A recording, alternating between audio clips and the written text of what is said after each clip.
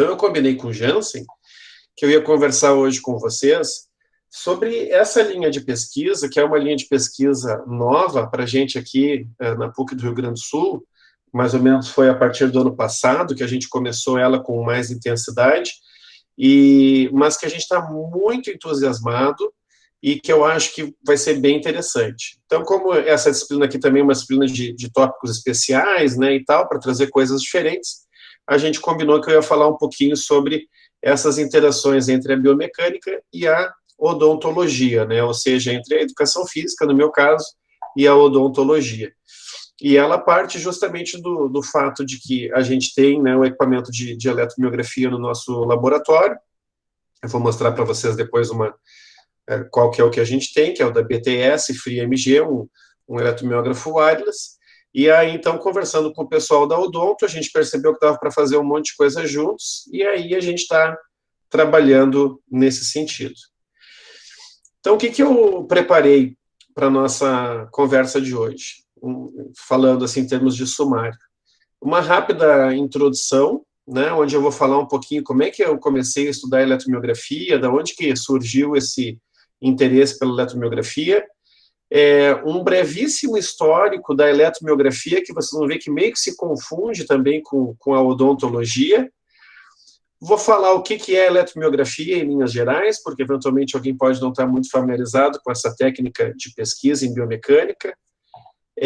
Vou também dar uma breve revisada no sistema muscular, sem me aprofundar, porque como, né, metade da turma é da educação física, outra metade é da físio, e o pessoal da dança também todos devem ter tido anatomia e fisiologia, não vou me aprofundar muito nisso, mas só dar algumas pinceladas do que vem a ser importante, né, para a gente entender a eletromiografia. Aí eu vou falar um pouquinho das tecnologias que são usadas na eletromiografia aplicada à odontologia. Algumas coisas são muito semelhantes ao que se usa na educação física e na fisioterapia, mas outras coisas são um pouco mais específicas, em especial os índices de eletromiografia que foram gerados, que foram criados por um grupo italiano há coisa de uns 20 anos atrás, e que vêm sendo muito utilizados, então, na odontologia. São todos índices clínicos calculados a partir do sinal de eletromiografia. Aí eu vou, só para ilustrar, e também para a aula não ficar muito longa, né, tendo em vista a duração aproximada ali que o Jansen comentou, eu vou apresentar um estudo que aplicou a eletromiografia na odonto, só para ilustrar, né, essa aplicação, e vou indicar outros estudos sobre eletromiografia e odontologia para que, se alguém tiver interesse em ler mais sobre o assunto, ou conhecer alguém da odonto e quiser compartilhar, né, fique à vontade. Bom, então, introduzindo essa temática. Como é que eu comecei na eletromiografia? O meu começo na eletromiografia foi numa área também que era bem diferente, pelo menos para mim, que era a biomecânica aeroespacial. Nem sabia que existia dentro da biomecânica essa linha chamada de biomecânica aeroespacial. Eu estava no doutorado, provavelmente em algum ponto ali entre 2009, talvez, 2010, e aí o meu orientador me disse assim: Rafael, tem uma professora lá na tua universidade chamada Thaís Russomano, que é médica e trabalha com fisiologia aeroespacial. Tu não quer convidar ela para vir dar uma palestra aqui no nosso grupo de pesquisa? Então, como o professor Marco, que foi meu orientador, ele se interessa muito pela área da plasticidade neuromuscular e o uso reduzido, o desuso, né? Toda a parte de imobilização, acamamento, né, envelhecimento, e os seus efeitos na arquitetura muscular e nas propriedades mecânicas musculares eram interessantes para o grupo. E quando o astronauta vai para o espaço, eu nem sabia disso, né? Eu aprendi depois, trabalhando nessa área, quando o astronauta vai para o espaço, ele, em função da ausência da gravidade, né, da microgravidade, ele perde massa muscular, tem alterações na arquitetura muscular, e isso causa modificações também na mecânica muscular. Perde massa óssea também. É interessante que são efeitos muito semelhantes ao envelhecimento, né? O astronauta é como se ele estivesse envelhecendo muito mais rápido lá no espaço do que se ele estivesse aqui na Terra. E aí eu entrei em contato com essa professora, convidei ela para dar essa palestra, e ao final da palestra ela disse assim, olha, dentro da biomecânica aeroespacial, uma coisa que praticamente não tem estudos é o seguinte, se um astronauta está lá na Estação Espacial Internacional, né, que é uma estação, tipo um satélite, assim, que fica orbitando em volta da Terra, onde eles fazem uma série de experimentos, fazem investigações também a partir de filmagens da Terra e questões com satélite e tal, né, de geoprocessamento, enfim, toda essa coisa também de controle de clima e meio ambiente, entre várias outras coisas, telecomunicações, né? Então eles estão lá em cima nessa estação nesse exato momento, sempre tem alguns astronautas lá em cima, de diferentes países, que participam, né, dessa iniciativa. Ela disse assim, e se um astronauta lá em cima resolve ter uma parada cardiopulmonar, como é que tu ressuscita esse cara, né? Como é que tu faz a manobra de ressuscitação cardiopulmonar? Nós, profissionais da saúde, aqui, né, na Terra, a gente está mais ou menos familiarizado, né, sobre como proceder para fazer uma manobra de RCP, né, de ressuscitação cardiopulmonar, se alguém chega a ter uma parada. Mas e como é que é se isso ocorre no espaço, que o astronauta está flutuando, né? Como é que tu vai fazer? Tu vai empurrar o peito, porque aqui tu põe o cara no chão e começa a massagear o peito dele, né? Começa a fazer massagens de compressão torácica para bombear o sangue e fazer o coração ali começar a trabalhar. E lá no espaço, tu vai empurrar o cara no peito, vai tu para um lado e ele para o outro, né? Vocês já devem ter visto, quem viu aí o filme Gravidade e todos esses filmes de ficção científica em que os caras estão flutuando no espaço, né? Tu não tem um ponto de apoio. Então, ela queria estudar a biomecânica da ressuscitação cardiopulmonar em simulação, né, de microgravidade. E esse, então, foram os nossos primeiros estudos, e para estudar como fazer essa manobra de ressuscitação cardiopulmonar no espaço, a gente usou a eletromiografia.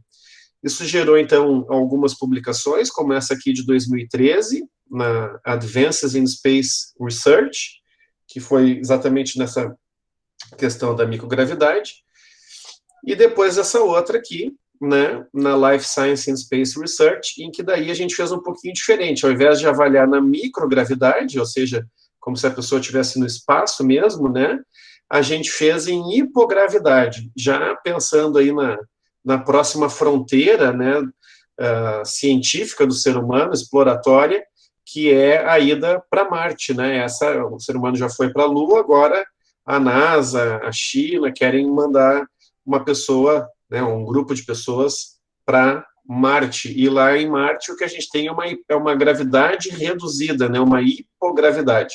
Não chega a ser uma microgravidade, então a pessoa não fica flutuando, porque não é a ausência completa ou quase completa da gravidade, mas a pessoa fica um pouco mais leve, né? Mais ou menos como a gente via naqueles vídeos antigos lá de quando o homem pisou na Lua, fica pisando assim, meio flutuando, né? Meio que saltitando lentamente, como se estivesse dentro d'água, né? E em Marte é mais ou menos assim, um pouco menos do que na Lua, mas mais ou menos assim. E também fizemos esse estudo com eletromiografia para avaliar a manobra de ressuscitação cardiopulmonar. E daí vocês devem estar imaginando assim, mas e como é que simulava a gravidade marciana? Como é que simulava a microgravidade do espaço? Eles devem ter uma câmara que proporciona isso, né? Uma câmara de vácuo, sei lá, que daí a pessoa fica flutuando. Não existe nada disso. Não tem como, em nenhum lugar do mundo, nem na NASA, não existe uma câmara que simule a micro ou a hipogravidade. Isso é impossível de simular, né? Mesmo se tu pegar lá aquela torre de vácuo que tem na NASA, em que eles tiram todo o ar, ainda tem gravidade, né? Tanto que eles fazem aquele teste que eles largaram recentemente uma bigorna e uma pluma, uma pena de um pássaro ao mesmo tempo, e as duas caíram e chegaram no chão ao mesmo tempo, porque quando a gente tira, né, a questão do ar e etc., fica só realmente a força da gravidade, que é igual para todo mundo. O mais próximo que se pode chegar disso é dentro d'água. Então, existem piscinas gigantes lá na NASA, em que daí pelo empuxo, a redução do peso aparente, né, tu consegue mais ou menos simular essa redução da gravidade. No nosso caso, a gente usou um outro método, como vocês podem ver aqui na tela, bem mais fácil, né, e simples, uma verdadeira solução brazuca aqui para esse problema, que era um sistema de contrapesos, como vocês estão vendo aqui na tela, né, que ficava preso ao sujeito aqui, ao participante, por meio de um cinto como aqueles de montanhistas, assim, né, para deixar a pessoa suspensa.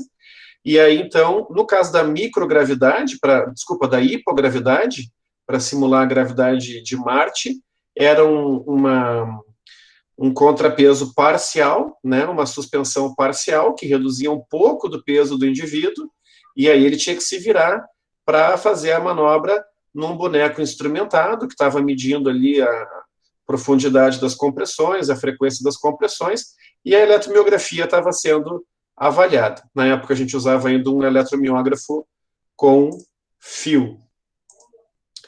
E depois aqui a gente tem, aí sim, a mesma solução brazuca para a simulação de microgravidade. Então aqui vejam que tanto o boneco quanto o socorrista aqui estão totalmente suspensos por esse sistema de suspensão corporal, né, que faz esse contrapeso aqui, esse contrabalanço, para diminuir, né, o peso do indivíduo, deixar ele numa situação de pseudo-flutuabilidade, né, e aí ele tem que se virar para fazer a manobra de ressuscitação cardiopulmonar, e a gente avaliava a eletromiografia dele, né, dos diferentes músculos. Aqui a gente já evoluiu um pouquinho, na época nós tínhamos 2 eletromiógrafos com fio, então aumentava o número de músculos que a gente conseguia avaliar. Mas ainda assim, vejam que era um setup bastante desafiador de pesquisa, né, um monte de fio pendurado, o sujeito pendurado. Nossa, conseguir acertar isso aqui para fazer uma coleta de dados era uma coisa bastante complicada. Mas a gente acabava conseguindo, né, e coletava os dados, então, para fazer essas avaliações em microgravidade. E uma coisa muito importante é que esses trabalhos, eles foram todos desenvolvidos em parceria com a engenharia. Então, por exemplo, esse sistema de suspensão corporal aqui, ele foi desenvolvido pelo pessoal da engenharia e validado. A gente fez um estudo de validação, publicamos e tal, e foi aceito pela comunidade científica dessa área como uma metodologia para simular, né, dentro das limitações que existem para isso, a microgravidade aqui na Terra. E esse método, essa técnica de massagem de ressuscitação cardiopulmonar aqui, que o socorrista está aplicando, em que ele abraça o paciente, né, com as pernas e monta em cima dele e faz a manobra, que é para simular como se ele estivesse flutuando no espaço e socorrendo o cara ali, né, do jeito que dá, também foi uma técnica que foi proposta e validada também com publicações na área médica por essa professora Thais Russomano, com quem eu trabalhava então, né, e a técnica se chama Evet Russomano, ela desenvolveu junto com um pesquisador inglês, né, e leva o nome dela, então essa que é uma das técnicas possíveis que a NASA, inclusive, considera, né, se algum astronauta tiver uma parada cardiopulmonar, os astronautas são treinados a usar essa técnica aqui, entre outras, tem pelo menos umas 3 técnicas que eu conheço para reanimar uma pessoa no espaço. A dessa pesquisadora brasileira é uma delas. Ela não trabalha mais no Brasil hoje, ela não está mais na PUC, hoje, já faz alguns anos, ela é professora da King's College London, em Londres, nessa área da fisiologia aeroespacial. Aí depois eu saí um pouco dessa área da biomecânica aeroespacial e comecei a ir mais para a área da biomecânica convencional, até por conta desse laboratório, né, esses equipamentos de biomecânica que a universidade estava adquirindo, depois desse edital que a gente ganhou e tal.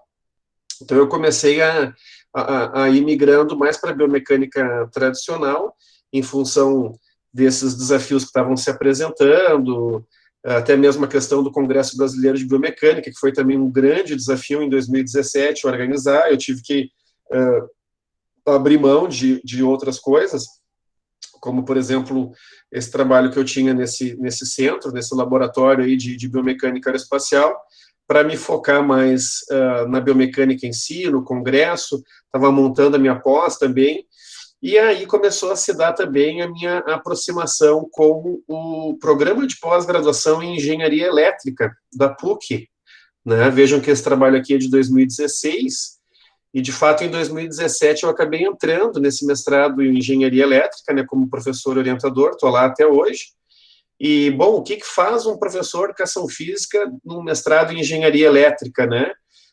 Bom, uma das linhas de pesquisa que tem lá é engenharia biomédica, e até esse trabalho não foi engenharia na linha de biomédica, foi na linha de automação em sistemas, mas o que o Rodrigo, que foi esse mestrando, queria desenvolver era uma metodologia para a detecção automática da ativação muscular em sinais eletromiográficos, né? Então, na educação física, na fisioterapia, a gente usa muito de dispositivos auxiliares para demarcar os ciclos, né? Um eletrogoniômetro, um foot switch, para saber, né, sincronizar com o sinal de eletromiografia e saber em que momento está tendo maior ou menor ativação muscular. E o Rodrigo desenvolveu um algoritmo em MATLAB para detectar isso automaticamente, e eu fui co-orientador dele, então.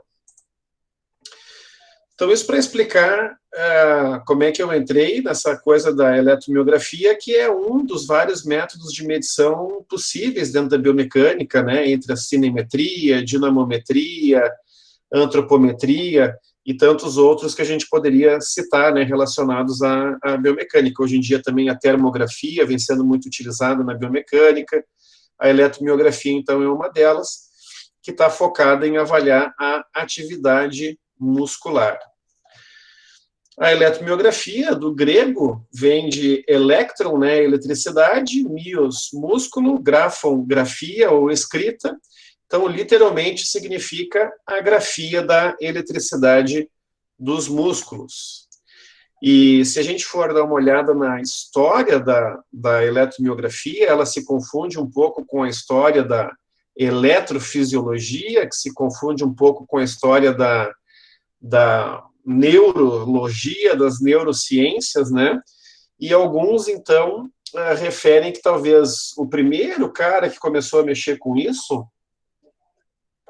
foi um anatomista e biólogo holandês chamado Jan Swammerdam, né, que inclusive dizem que ele aparece naquele clássico quadro do Rembrandt, a aula de anatomia do Dr. Tulpe, que é esse que aparece aqui embaixo, né? Ali à direita a gente tem um retrato dele pintado. E o que o Jan fazia, né? Ele estimulava o nervo do gastrocnêmio de sapos e percebia que isso gerava uma contração muscular. Então foi talvez alguns dos primeiros experimentos, né, nessa área de fisiologia neuromuscular. E existem algumas evidências de ele ter conduzido esses experimentos com estimulação elétrica mesmo antes do Luigi Galvani, que ficou bastante famoso depois, né, com a corrente galvânica e aquela coisa toda. Mas esse cara aqui, o Duchenne, que também é bastante famoso, né, por ter trabalhado com a doença de Duchenne, ele, em 1850, aplicava estimulação elétrica em músculos, né, intactos, e ele estava interessado na eletricidade para fins medicinais e terapêuticos. E aí, entrando um pouco mais agora na coisa da odontologia e da eletromiografia, ele tem um papel importante, porque ele mapeou sistematicamente a função de praticamente todos os músculos faciais, incluindo os músculos mastigatórios, né, masséter e temporal, que são tão importantes na odonto. E ele trabalhava com idosos, porque os idosos tinham menos sensibilidade na face, então ele podia dar choques no idoso, né? Então ele dava um choque ali na testa e via o que acontecia. E anotava lá, dei um choque aqui, o olho do cara mexeu de tal jeito. Dava um choque na boca, o lábio deprimia e ele anotava, dei um choque ali, a boca deprimiu, deve ser, esse músculo faz tal movimento. Então vocês imaginem que participar desses experimentos não era uma coisa muito agradável, né? Ficar recebendo choque na cara e para o cara anotar ali que movimento que fazia, né? Então ele, por um lado, ele mapeou a cinesiologia da musculatura da face, mas ao mesmo tempo era um experimento que talvez hoje, passar no comitê de ética, isso não seria tão fácil. Por isso ele trabalhava, então, com os idosos que, a princípio, tinham menos sensibilidade na face, né? E assim ele ia dando choquezinho ali e mapeando a musculatura. Ele descobriu uma outra coisa muito interessante também, que essa talvez a principal aplicação prática que vocês vão tirar da aula de hoje. O Duchenne, ele descobriu como que tu faz para identificar se um sorriso é sincero, se um sorriso é verdadeiro.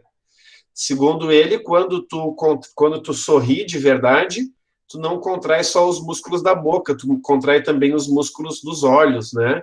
E se tu tá dando um sorriso cínico, então aí tu só contrai a musculatura da boca e não contrai a musculatura dos olhos. Então vejam que vocês já estão levando uma coisa boa, prática da aula de hoje, que é saber quando uma pessoa tá dando um sorriso genuíno ou quando ela está dando um sorriso cínico para vocês. Esse estudo aqui, que é do início dos anos 50, eu achei muito interessante, foi um dos primeiros estudos que eu encontrei sobre a análise eletromiográfica dos músculos mastigatórios, né, temporal e masséter, e olha que interessante, devido às limitações tecnológicas na época, como é que eles faziam para ilustrar os resultados que eles obtinham de ativação muscular, né, para mostrar quais músculos eram mais ativos e faziam quais movimentos. Então, eles pintavam o rosto do paciente, né?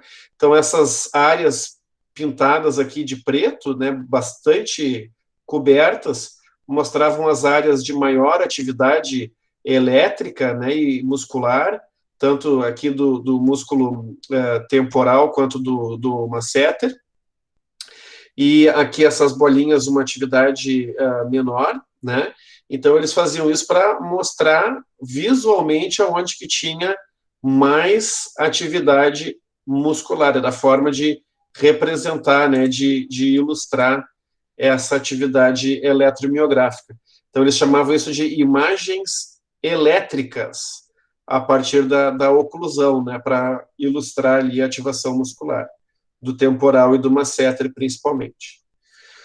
Bom, um cenário bem diferente do que a gente tem hoje, né? Bem diferente do que a gente está trabalhando hoje com a odonto, em que o setup que a gente tem é esse aqui, né? E justamente eu gostei de trazer essa imagem porque ela sugere, né, a eletromiografia como uma coisa integrada no instrumental do dentista. Vejam aqui, né, a tradicional cadeira de dentista, que muitos têm medo da cadeira de dentista, né? Com aquelas brocas todas, que a gente não quer chegar nem perto, né? E está ali o eletromiógrafo, né, junto como uma ferramenta importante para o dentista na avaliação clínica do paciente, né? E essa aqui é a tecnologia que existe disponível hoje, uma tecnologia em que os eletrodos são sem fio, né, transmitem todos os sinais por tecnologia Bluetooth, né, ou seja, wireless, e, enfim, que eu sei que Bluetooth e wireless não é exatamente a mesma tecnologia, né, mas é sem fio. Então, um setup bem mais moderno e interessante, né, e amigável. Então, a eletromiografia é esse conjunto de métodos para o registro da atividade elétrica associado à contração muscular, né? E a gente sabe que existe tanto a eletromiografia de profundidade, que permite captar sinais de músculos profundos, mas é invasiva, né? Causa dores, né? Traz muito mais problemas de fazer, né? Não é tão fácil para aprovar no comitê de ética, porque, enfim, tem risco de infecção, né? Uma série de cuidados que tu teria que ter. E a eletromiografia de superfície, que é não invasiva, mais fácil de usar, mas não serve para músculos profundos.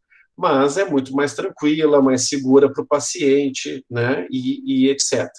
Também é importante a gente não confundir a eletromiografia com a eletroneuromiografia.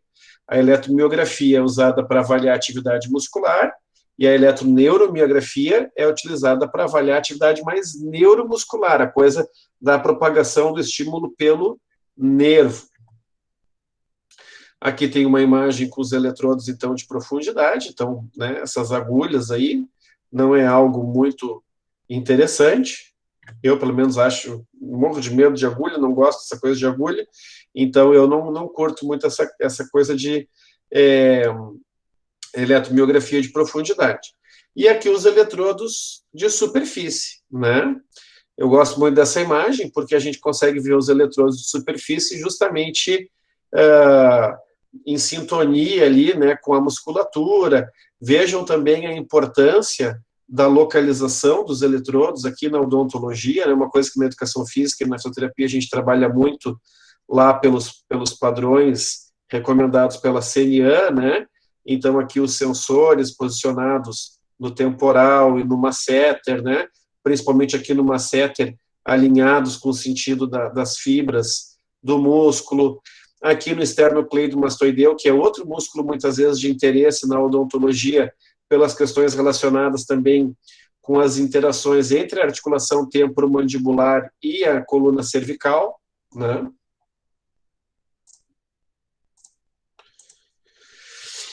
E bem, o que esses sensores, né, o que esses eletrodos vão estar medindo? Então, a gente precisa se lembrar que o músculo, né, o músculo esquelético, ele é formado por vários fascículos, né, fascículos de fibras, que são, por sua vez, formados por várias fibras, lembrando que a fibra muscular é a célula do músculo, né, então está aqui a célula do músculo, com a sua membrana plasmática, que é chamada de sarcolema, né, o seu citoplasma, que é chamado de sarcoplasma, é uma célula cilíndrica, polinucleada, estriada, né, e que lá dentro, então, a gente tem a miofibrila, e é dentro da miofibrila que está a unidade funcional do músculo esquelético, que é o sarcômero. Então, aqui a gente pode ver, né, que o sarcômero é esse espaço aqui delimitado por duas linhas Z. Então, se a gente amplia aqui o sarcômero, a gente vai ver que ele é esse espaço entre duas linhas ou dois discos Z. Aqui a gente também consegue ver, né, a alternância de bandas claras, que são as bandas I, onde tem menos miofilamentos, né, e as bandas mais escuras, ou bandas A, aonde tem mais miofilamentos, que é o que, em última análise, determina essa aparência estriada do músculo esquelético. E quando a gente verifica aqui o sarcômero com mais propriedade, então a gente vê que ele é formado por um filamento espesso, que é esse que está aqui mostrado em vermelhinho, e um filamento fino, que é esse que está sendo mostrado aqui, essa linha preta. O filamento fino parece estar preso nas linhas E, enquanto que o filamento espesso ele está preso numa linha chamada linha M, né, uma linha média, que não aparece aqui, mas que estaria bem aqui no centro, ancorando os filamentos espessos.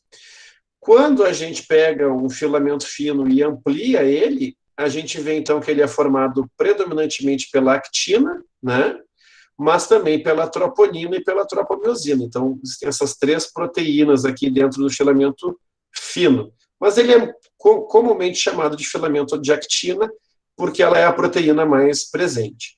E se a gente pega um filamento espesso, a gente vai ver então que ele é formado por uma outra proteína chamada de miosina, né, que tem, individualmente ela tem esse formato aqui de bastão de hóquei, e em conjunto ela forma esse filamento espesso, e quando ela é basicamente a única proteína presente aqui, é chamada de filamento de miosina.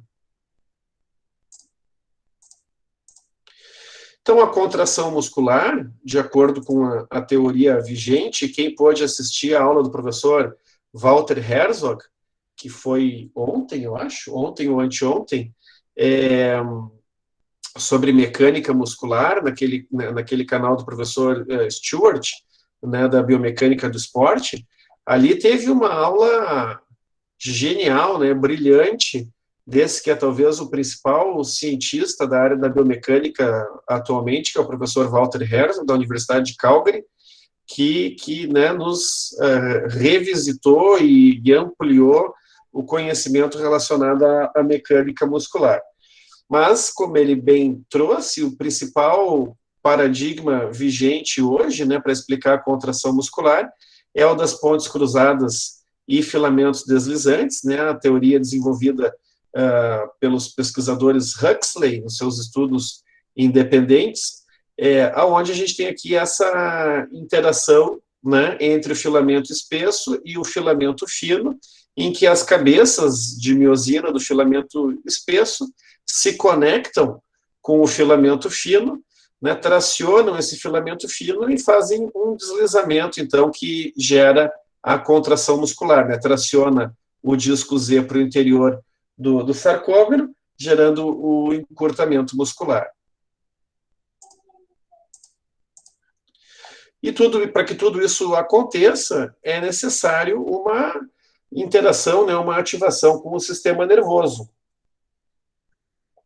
As áreas motoras do nosso sistema nervoso somático, né, que é relacionado com o controle voluntário dos movimentos, vão gerar estímulos eferentes a partir aqui dos nossos motoneurônios, justamente porque essa é uma ação voluntária nossa, né, de movimentar a nossa musculatura esquelética, seja para fazer um movimento de braços ou para mastigar, e esse estímulo nervoso é um estímulo elétrico, né, que chega aqui nas fibras musculares pelos motoneurônios e vai, portanto, desencadear um processo mioelétrico que, em última análise, é o que a eletromiografia vai avaliar. Então, quando esses potenciais de ação, né, ocorrem, desencadeados lá pelo nosso sistema nervoso, aqui vocês veem um motoneurônio, né, exatamente ilustrando essa questão das cargas elétricas aqui, e aqui embaixo um gráfico mostrando os potenciais de membrana, né, tanto de neurônios quanto de músculos, independente de alguma diferença que possa haver nas cargas elétricas, mas o importante é a gente perceber que quando ocorre um estímulo nervoso para contração muscular, quando ocorre um estímulo elétrico, o que a gente tem justamente é a despolarização, né? Um potencial de membrana, uma carga elétrica que estava em eletronegatividade no repouso, vai para uma eletropositividade no momento da contração muscular e depois volta ao normal. E é justamente essa despolarização, essa atividade mioelétrica que a eletromiografia vai avaliar. Então, justamente a eletromiografia, por meio dos eletrodos de superfície, vai captar esses registros elétricos, vai amplificar, vai gravar e vai gerar, então, né, um sinal eletromiográfico que pode ser analisado para diferentes funcionalidades, como, por exemplo, avaliar a sequência e o padrão de ativação de músculos, identificar músculos envolvidos em movimentos, detectar fadiga, avaliar o tempo de reação, entre outras coisas. Então, na fisioterapia e na educação física, a gente está muito interessado, por exemplo, na função cinesiológica da eletromiografia, em que eu posso estar avaliando um movimento como esse, né, de flexo e extensão aqui do cotovelo, flexão concêntrica e extensão excêntrica, e aí justamente conseguir avaliar, né, a atividade, por exemplo, aqui do bíceps braquial, né, que claramente tem uma maior atividade aqui durante a contração concêntrica, né, da flexão do cotovelo, depois uma menor atividade aqui na contração excêntrica, e assim por diante. Então, eu posso analisar os músculos envolvidos em diferentes exercícios, mudar formas de fazer aqueles exercícios e ver o que altera no recrutamento dos músculos, e assim por diante. Uma coisa muito importante, e embora alguns dos índices que eu vou trazer de odontologia, que são calculados a partir da eletromiografia, tentam fazer algumas inferências de força, tentam fazer algumas extrapolações do sinal eletromiográfico para questões relacionadas à força de mastigação, equilíbrio das forças aplicadas nos dentes e assim por diante, né? São estimativas, mas, de fato, a eletromiografia não mede força muscular. A eletromiografia mede a atividade muscular. E uma das razões pelas quais a eletromiografia não mede a força muscular é porque existe o famoso atraso mecânico, né? Atraso eletromecânico, em que se a gente sobrepõe aqui o sinal de eletromiografia na parte de cima do gráfico, com o sinal de força na parte de baixo do gráfico, né, ao longo do tempo, a gente percebe que primeiro a gente tem a ativação do sinal eletromiográfico, né, primeiro tem a ativação aqui, digamos assim, a ação do sistema nervoso, né, em desencadear aquele potencial de ação, e só depois, passa um tempo aqui, alguns milissegundos, né, é que a gente tem a produção de força. Então, o pico de produção de força do músculo, ele se dá depois do pico de ativação muscular medida pela eletromiografia. Então, essa é uma das razões pelas quais a gente pode apontar que a eletromiografia não mede força muscular. Bom, a gente sabe que para fazer eletromiografia é sempre preciso tomar uma série de cuidados, preparação da pele, tricotomia, asepsia da pele, um correto posicionamento dos eletrodos, seja de acordo com a CNA, seja de acordo com outras literaturas, as características, né, dos eletrodos, também muito importante a gente saber com que tipo de eletrodo a gente está trabalhando e descrever isso nos nossos experimentos, a distância entre os eletrodos, porque ultimamente se usa, né, principalmente os eletrodos duplos. Claro que existem outras técnicas, agora já faz algum tempo que tem gente trabalhando até com verdadeiras matrizes de eletrodos, né, mas assim, os laboratórios mais convencionais de biomecânica trabalham com eletrodos duplos, e aí a distância entre os eletrodos também é um ponto muito importante. Na odontologia, os nossos músculos de interesse são, como eu falei, o temporal e o masseter, principalmente. Então, o posicionamento dos eletrodos nessas regiões é bastante importante e existem vários estudos, né, já descrevendo aonde são os pontos mais adequados para se colocar os eletrodos, né, nessa situação de avaliação mais odontológica, que é o que a gente está vendo aqui, basicamente. Vocês vejam que esses eletrodos, eles são bastante leves, são bastante confortáveis, eles são bem levinhos mesmo, e eles, embora aparentemente aqui no rosto da modelo está um pouquinho grande, mas eles são relativamente pequenos, né, e não causam nenhum desconforto, são bem leves. Esse aqui é o eletromiógrafo que a gente tem no nosso laboratório, um eletromiógrafo de 8 canais, junto com as câmeras que chegaram agora na pandemia que eu falei, a gente teve a felicidade também de conseguir adquirir mais um, então agora a gente tem 2 desse aqui, então isso nos possibilita avaliar até 16 músculos ao mesmo tempo, né?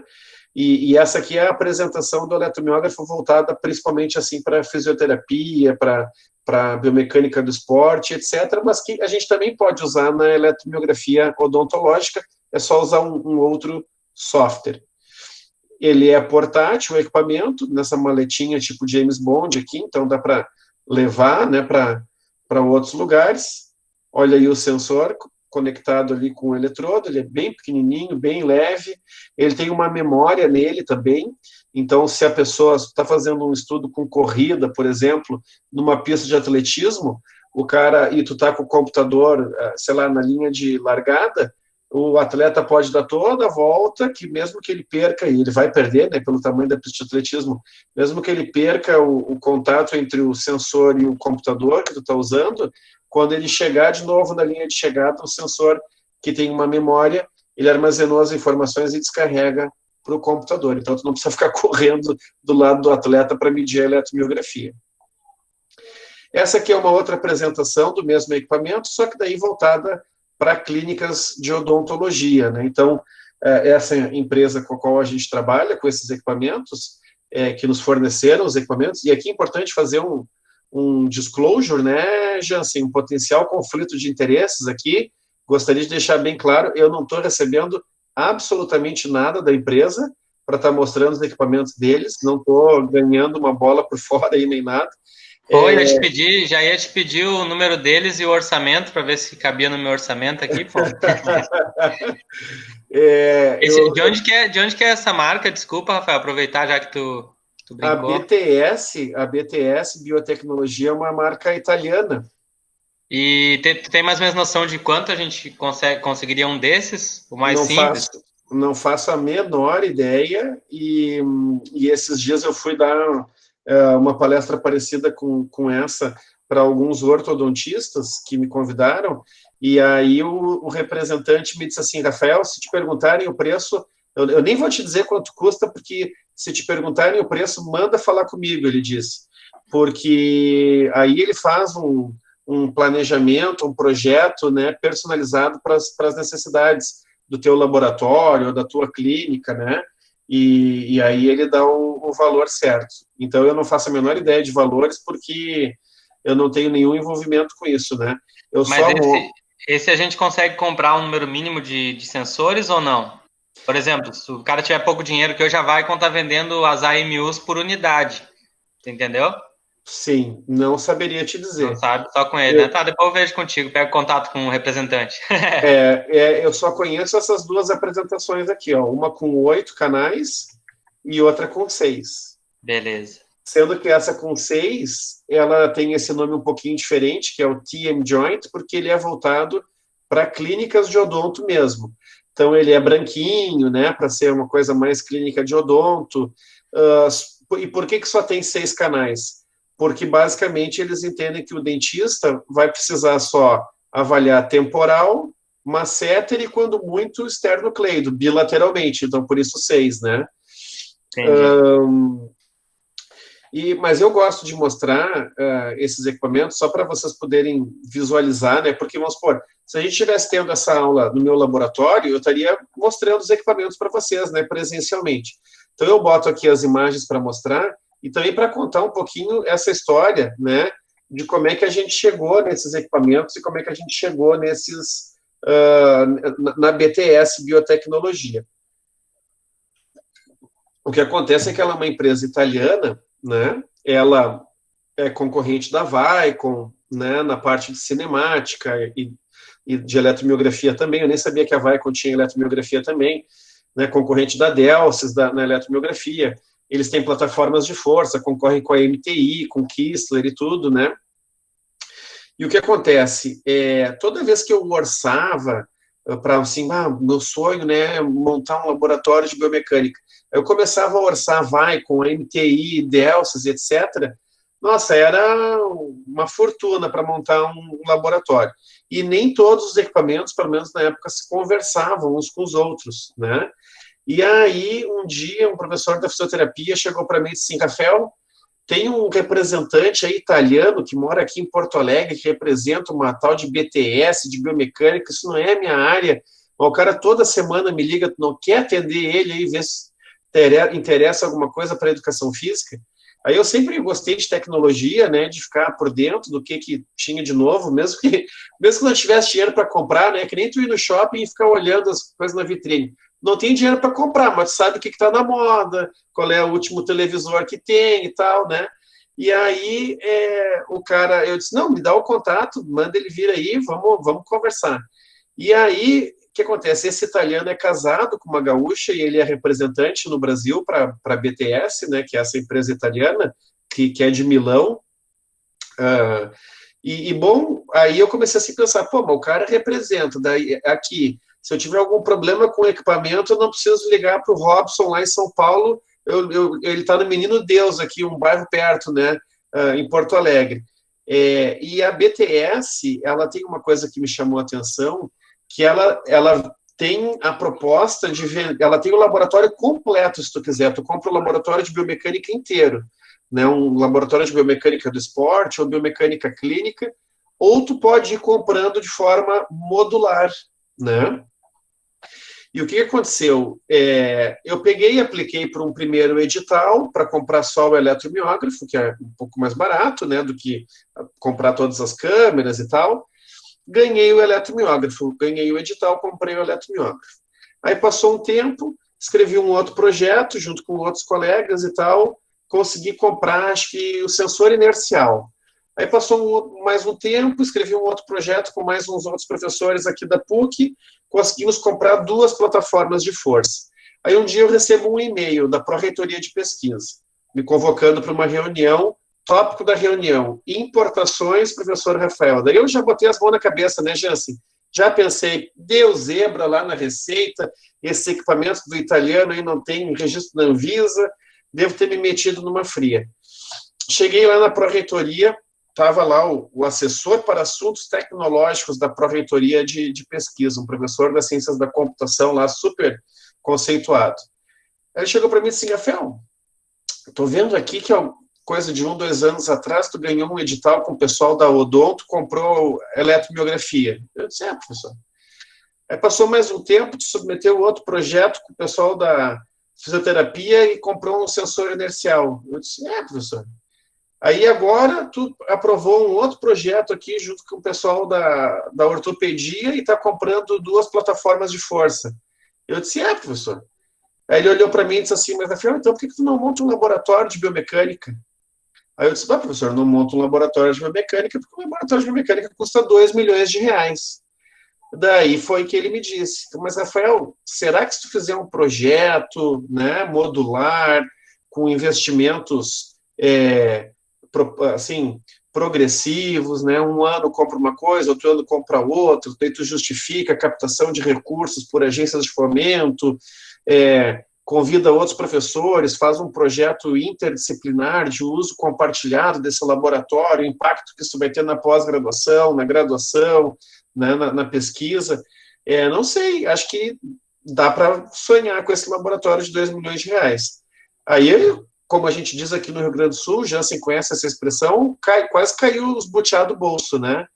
E aí ele disse assim, olha, eu vou te dar 2 opções. Ou eu importo essas 2 plataformas de força e a gente não fala mais nisso, ou eu não vou importar essas plataformas de força, tu volta para a tua faculdade, monta esse projeto, te articula com os professores, faz toda essa justificativa que eu falei, e aí a gente monta um planejamento de investimento progressivo ao longo de 4 anos para vocês terem esse laboratório de biomecânica. Isso foi em 2016, Jansen, se eu não me engano. 2016 ou... 2016. Bacana. O que tu acha que eu escolhi, Jansen? Sentou e ficou parado, só que não. Né? Claro, ele me disse assim, Rafael, não vai ser fácil, não pensa que vai ser fácil. Tu acha que todo mundo vai querer participar e bababá, e vão te perguntar, mas onde é que vai ficar esse laboratório? Em qual faculdade? Quem que vai coordenar? Teve vários desafios, mas a gente conseguiu fazer essa articulação e 4, 5 anos depois, finalmente, estamos conseguindo aí montar o laboratório completo. E todos os equipamentos, todos os módulos, eu fui comprando com o Christian, que é esse representante da BTS. O equipamento deles tem um custo que eu entendo que a relação custo-benefício é muito melhor que a da Vicon, por exemplo, é muito mais barato. Então, no meu caso, foi mais interessante comprar com ele, né? Posso te passar, Jansen, também, contato, porque às vezes é o caminho, somente para nós que eventualmente a gente, de repente, está numa universidade em que daqui a pouco tu não tem tanto financiamento assim, né, vindo do governo federal, etc., é a maneira de tu conseguir comprar teus equipamentos e montar os teus laboratórios. E eu não acho que os equipamentos deles deixem a desejar para os da concorrência. Eles têm menos nome, né? Se tu falar assim, cinemática, todo mundo pensa em Vicon, né? Mas os equipamentos deles eu considero que são muito bons também. Então, essa aqui é uma tela do software de odontologia eletromiográfica, né? Só para ilustrar para vocês aqui. Ele monitora, né, como é que está a conexão dos sensores, como é que está a bateria dos sensores, os dados ali do paciente, né? Aqui é uma tela que mostra o exame sendo feito, com avaliação eletromiográfica, então, dos músculos do masseter e temporal, e a gravação, né, dessas informações.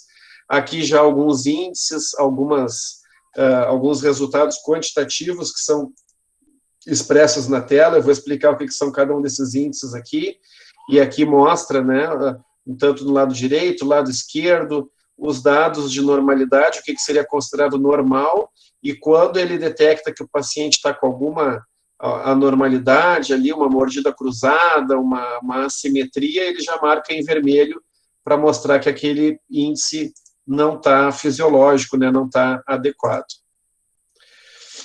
Como eu disse, tudo isso é feito sem fio, então tu só precisa ter o eletromiógrafo e um notebook e tu consegue fazer essas coletas todas, né, e faz essas avaliações. Na apresentação simples deles, o alcance é de 50 metros, então dá para fazer um trabalho tranquilo dentro do laboratório, e tem um amplificador que pode ser adquirido, que mais para pesquisa de campo, que vai a 350 metros de alcance. Mas, como eu falei, cada sensor individualmente também tem a sua memória, então ele também armazena dados, e mesmo que tu perca contato com o computador, depois ele descarrega. Bom, a gente sabe que a eletromiografia é um sinal biológico que ele é bastante desafiador, né? Tem uma série de aspectos aí da engenharia, da física relacionada à frequência, amplitude desse sinal, que a gente sabe que influenciam, né, nessa técnica, a exemplo de outros fenômenos da física, né, como o som, a luz, né, e assim por diante. Então, a gente sabe que existem questões, como eu falei, né, de frequência, de amplitude, enfim, toda a complexidade que existe, né, na hora de fazer o processamento digital dos sinais, que nos é tão caro na biomecânica, né? E a eletromiografia não é diferente, né? A eletromiografia é um sinal que ela pode ser apresentada tanto no domínio da frequência.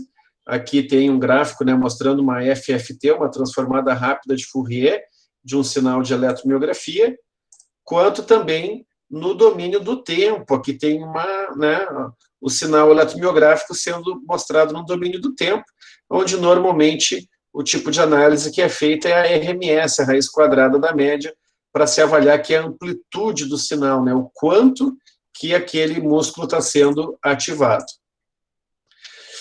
Então, isso também nos permite saber, né, qual que é a frequência aonde mais tem atividade muscular, né?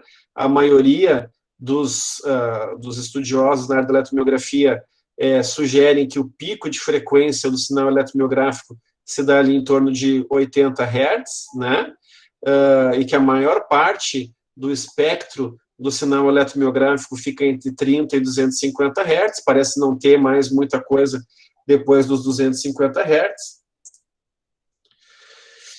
E essa análise da frequência ela é muito importante para avaliar a qualidade do sinal, né, saber se tem artefatos de movimento no sinal. Então, por exemplo, quando a gente usava a eletromiografia com fio e avaliando, né, movimentos do corpo, exercícios, gestos esportivos, então aqueles fios se batendo, né, dava muito artefato de movimento, muito ruído, né, muita interferência de outros sinais e assim por diante. Para isso, existe, claro, todo um processamento, né, que pode ser feito com filtros, passa baixa, passa alta, passa banda, né, para tu conseguir limpar esse sinal e ficar mais especificamente com aquilo que tu quer. Bom, fazer isso, na minha opinião, é uma verdadeira arte. Aquelas pessoas que sabem fazer o processamento digital dos sinais, né, biomecânicos, especialmente a eletromiografia, que é um sinal temperamental, né, um sinal complexo de se analisar, e eu realmente tenho muita admiração. Tive o prazer de conviver com alguns colegas lá no LAPEX, da URGS, que conseguiram aprender a fazer isso, né, o professor Fernandão, da Federal de Santa Catarina, né, desenvolveu, eu me lembro, uma rotina para fazer análise da eletromiografia, o professor Rodrigo Bini, que hoje está na Austrália, né, manja de processamento digital de sinais, e eu nunca consegui aprender isso. Eu me lembro que uma vez a gente foi fazer eu estava no doutorado, era colega do Fernandão e do Carpes, não me lembro se o Carpes foi, acho que o Carpes estava nesse curso também. A gente foi fazer um curso de introdução ao MATLAB lá na engenharia química da URGS, né? Eu não entendi nada daquele troço, até hoje Eu abro o MATLAB, se tu me ensinar a rodar a rotina, eu rodo a rotina, mas é só o que eu consigo fazer. Então, aqui o que está sendo mostrado na tela é um software que vem junto com o eletromiógrafo e que permite fazer uma série desses processamentos, né, do sinal por meio dessa interface aí. Então, tu vai montando a tua rotina, digamos assim, né? No MATLAB são linhas de comando, né, uma programação diferente. Aqui é uma coisa que é por ícones, né? Cada ícone representa um cálculo a ser feito, um processamento, aquilo te gospe um resultado, daí daquele resultado tu vai para outro processamento, e isso vai te gerando gráficos, né? Então esse é o software que vem no nosso equipamento e que permite fazer essas análises. Normalmente o que eu faço são parcerias com o pessoal da engenharia que sabem fazer esses processamentos, né? E aí juntos a gente trabalha. Mas isso faz, então, com que, se a gente for para pensar, a eletromiografia é uma técnica que, né, vai exigir todo esse processamento, todas essas análises, né? E eu tenho que entender de filtro, e filtro Butterworth, não sei o quê. Então, quer dizer, o que se pensa, né, ou o que se pensava muito em termos de eletromiografia, especialmente, no caso aqui falando agora, da odontologia, tá? Não, o que eu vou trazer agora é um pouco mais específico da odontologia. Se a gente for analisar no contexto da educação física e da fisioterapia, talvez seja um pouco diferente. Mas uma coisa que sempre se pensa quando vem à tona a questão da eletromiografia é que é um sinal baixo, que precisa ser amplificado, sujeito a ruídos, né? Tem todo o desafio de posicionar os eletrodos adequadamente. Se tu vai fazer coletas em diferentes momentos, por exemplo, antes e depois de alguma intervenção, né, uma reabilitação, um programa de treinamento físico, como garantir que os eletrodos vão ser colocados nos mesmos lugares. Tem a coisa do crosstalk, né, o sinal de músculos adjacentes que podem causar alguma interferência também. A variabilidade do sinal, que, como eu disse, é um sinal bastante temperamental. O processamento desse sinal após a coleta, que, como eu acabei de mostrar ali, pode ser trabalhoso, né? E que tu vai precisar saber fazer isso, enfim. Mas, para o caso da odontologia, tem um grupo da Universidade de Milão, que é coisa de uns 20 anos atrás, né, na figura do professor Virgílio Ferrario, da Universidade de Milão, que é engenheiro, né? E aí a BTS, que é essa empresa, então, desses equipamentos que a gente está falando, que também é de Milão, da Itália, né? Esse professor Ferrari, que trabalha, agora ele está aposentado, mas ele trabalhava lá na Universidade de Milão. Ele, engenheiro, chegou para a empresa e disse assim, olha, eu faço estudos lá com o pessoal da medicina, com o pessoal da odontologia, e eu preciso, né, desenvolver uma tecnologia com algoritmos e tal, que pegue o sinal eletromiográfico, faça os filtros necessários, faça já o processamento que é necessário e me entregue alguns índices clínicos que sejam aplicáveis na prática do dentista, né? E aí o professor Virgílio Ferrari, junto com essa empresa, né, BTS Biotecnologia, lá na Itália, começaram a trabalhar em cima disso, né? Ele já tinha alguns estudos falando sobre a reprodutibilidade do sinal eletromiográfico, sobre como fazer esses processamentos, né? Ele avançou nisso alguns anos depois, aí então fazendo estudos mais especificamente sobre a eletromiografia da musculatura mastigatória, né? E depois foi adiante também, tanto com indivíduos com problemas de oclusão, né, com mordida cruzada, como é o caso desse estudo aqui, de 1999, a influência da mordida cruzada na coordenação da atividade eletromiográfica dos músculos mastigatórios em humanos, né, e aqui uma investigação eletromiográfica da musculatura mastigatória, da simetria dessa musculatura mastigatória em sujeitos com normo-oclusão. Então, o professor Virgílio Ferrario, junto com a professora Chiarella Sforza, eles basicamente publicaram, né, aqui entre 1999 e 2000, toda a padronização, a metodologia, a validação de como se aplicar a eletromiografia na odonto, né?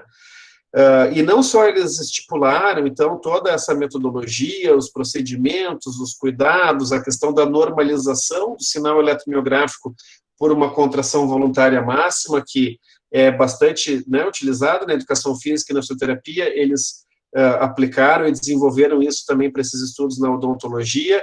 E aí, como é que tu faz uma contração voluntária máxima da musculatura mastigatória, né? Quer dizer, se tu está lá no Cybex, no Biodex, a gente sabe como fazer, né, uma contração voluntária máxima de extensores de joelho, de flexores de joelho.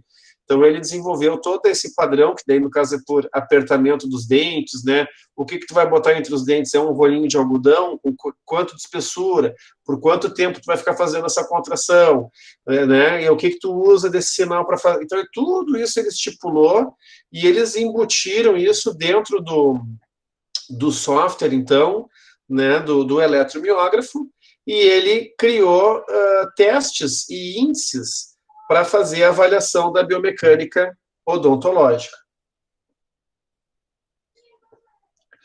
Então, ele basicamente criou testes estáticos, onde se faz uma contração voluntária máxima, né, na posição intercúspide, que é a posição de clench, né, de apertar os dentes o mais forte possível durante 5 segundos, com rolinhos de algodão, né, de 10 milímetros de espessura, que ficam posicionados no primeiro molar para o canino, em ambos os lados. E aí, com isso, tu consegue calcular uma série de índices, como, por exemplo, o percentual de coeficiente sobreposto. Então, o que o software faz? Ele pega as ondas padronizadas da eletromiografia, né, já normalizadas e tudo mais, do temporal e do masseter, né, esquerdo e direito, e faz uma comparação entre elas, e te dá um valor em percentual. Quando os músculos estão simétricos e se contraindo de forma perfeita, então esse índice POC ele é de 100%, né? Por outro lado, se houvesse uma ausência completa de simetria, esse índice seria de 0. A gente sabe que ninguém é 100% simétrico, né? Então, os valores de referência desse índice aí giram em torno de 85% a 100%, mas ninguém chega no 100%. E aí calcula os índices para o temporal, para o masseter e um índice médio. O software também, a partir dessa metodologia, desses algoritmos criados aí pelo professor Ferrari, calcula o coeficiente de torque, né? E como eu disse, a eletromiografia não mede torque, mas aqui eles fazem um cálculo, uma projeção, uma estimativa, né? Onde eles medem a atividade sobreposta. Então, eles avaliam o masseter esquerdo com o temporal direito e vice-versa, porque eles querem ver o torque, né, a torção nessa articulação, nessa musculatura mastigatória. E aí uma maior atividade de cada par, né, sempre trocado, masseter esquerdo com o temporal direito e o contrário, vai resultar nesse efeito de torque na mandíbula. Esse torque, né, esse coeficiente de torque varia de 0, que seria uma ativação totalmente assimétrica, até 100, que seria uma atividade simétrica perfeita. Mas, de novo, muito difícil alguém chegar em 100%, os valores normais são de 90 a 100, mas difícil alguém ter uma simetria completa. Um outro índice é o índice IMPACT, que é a atividade muscular total padronizada. Ele computa uma área integrada dos potenciais de eletromiografia, né, tanto do masseter quanto do temporal, ao longo de 5 segundos de contração voluntária máxima. Os valores de referência giram entre 85% e 115%, então esse não fica até 100%, porque valores mais baixos indicam que, na verdade, tu teve menos atividade eletromiográfica durante essa tarefa de aperto e que tu não conseguiu, portanto, ter a maior, toda, né, o teu potencial de recrutamento muscular, tu não conseguiu chegar na máxima atividade muscular que tu poderia. Então, é praticamente um índice de se tem alguma inibição muscular, né, ocorrendo na musculatura do masseter ou do temporal. E também um índice de assimetria é calculado, que daí sim ele compara os pares, né, direito com direito, temporal e masseter, e que varia de menos 100 até 100. Se o indivíduo tivesse 0 nesse índice, então ele teria uma ativação simétrica dos dois pares, e se ele tiver um valor negativo, indica uma maior atividade para o lado esquerdo, e se for um valor positivo, uma maior atividade do lado direito, né? E, embora ela possa variar de menos 100 a mais 100, normalmente, né, as pessoas ficam entre menos 10 e mais 10, né? De novo, zero aqui seria a simetria perfeita, mas ninguém é totalmente simétrico. Sempre tu vai puxar mais para o lado direito ou mais para o lado esquerdo, né, dependendo de como é a tua mordida. E também esses pesquisadores validaram testes dinâmicos, que são extremamente complicados. Mascar chiclete por 15 segundos. E é muito interessante de ler a metodologia desses estudos da Odonto, porque daí eles botam lá, o sujeito mascou o chiclete do lado direito por 15 segundos, o chiclete tinha um comprimento tal, uma espessura tal, aí tu vai ver a descrição do chiclete Trident. É um chiclete Trident, eles botaram, é um chiclete Trident, o cara mastiga por 15 segundos, faz o famoso tridente, né? Faz o teste. E aí calcula o índice de simetria de mastigação, né, que avalia se o lado esquerdo e direito teve um padrão muscular simétrico, agora dinâmico, né, de mastigação.